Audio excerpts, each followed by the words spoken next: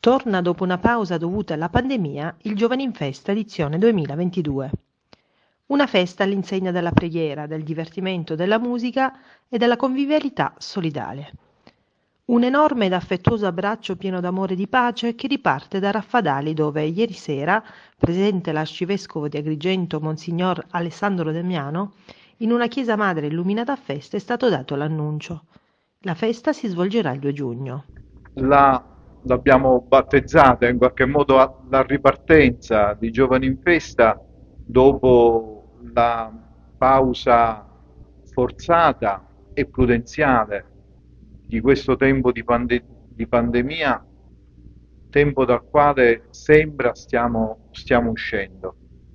E allora si è già iniziato da diversi mesi un gruppo, un gruppo di studio per il ripensamento di Giovani in Festa che ha una lunga, bella tradizione in questa nostra chiesa agrigentina.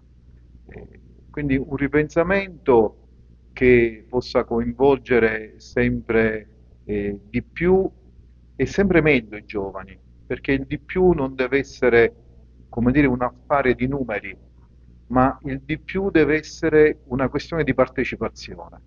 È questo che si vuole fare, si vuole proporre camminando insieme sui passi della bellezza, perché questa bellezza che appartiene alla natura, che appartiene all'uomo, maschio e femmina, è un po' offuscata. Gli ultimi tempi hanno contribuito a una sorta di velatura grigia. La ripartenza di Giovani in Festa vuole riportare la luce dei giovani che coniugata con la luce della fede veramente può segnare passi belli verso una vita bella. Una macchina organizzativa che è partita da diversi mesi, dopo gli incontri diocesani con i preti ed i laici impegnati nella pastorale giovanile. L'arcivescovo Damiano, nella sua omelia, ha invitato i presenti ad ascoltare il fastidio. È un mio punto di vista.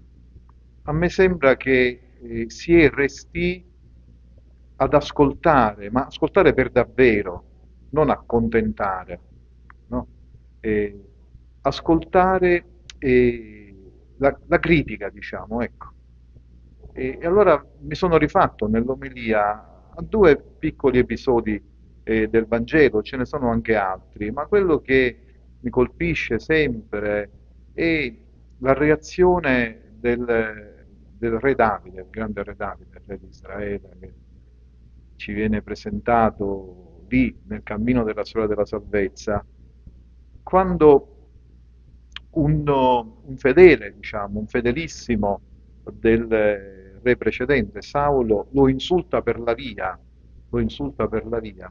E le sue guardie, il comandante dell'esercito, vuole andare via subito per le spicce e Davide lo ferma. Dice, ascoltiamo, anche da lui Dio ha da dirci qualcosa. Questo è importante e credo che riguardi veramente una conversione all'ascolto dai cosiddetti lontani, che poi lontani da chi? E chi è lontano da chi? L'ascolto dei cosiddetti lontani, anche se a volte sono dei criticoni, ma lì c'è qualcosa da ascoltare, c'è qualcosa da imparare. Serve molto ai giovani ascoltare. Serve molto ai giovani ascoltare, serve molto agli adulti ascoltare, serve molto agli anziani ascoltare. Io direi serve molto all'uomo, maschio e femmina, recuperare questa capacità di ascolto. A volte si ha la sensazione, in tutti gli ambiti, adesso non scendiamo nei particolari, ma in tutti gli ambiti si ha la sensazione che tutti parliamo e nessuno è capace di ascoltare. Ma allora nulla cambia. Appuntamento dunque il 2 giugno a Raffadali per l'edizione 2022 del Giovani in Festa.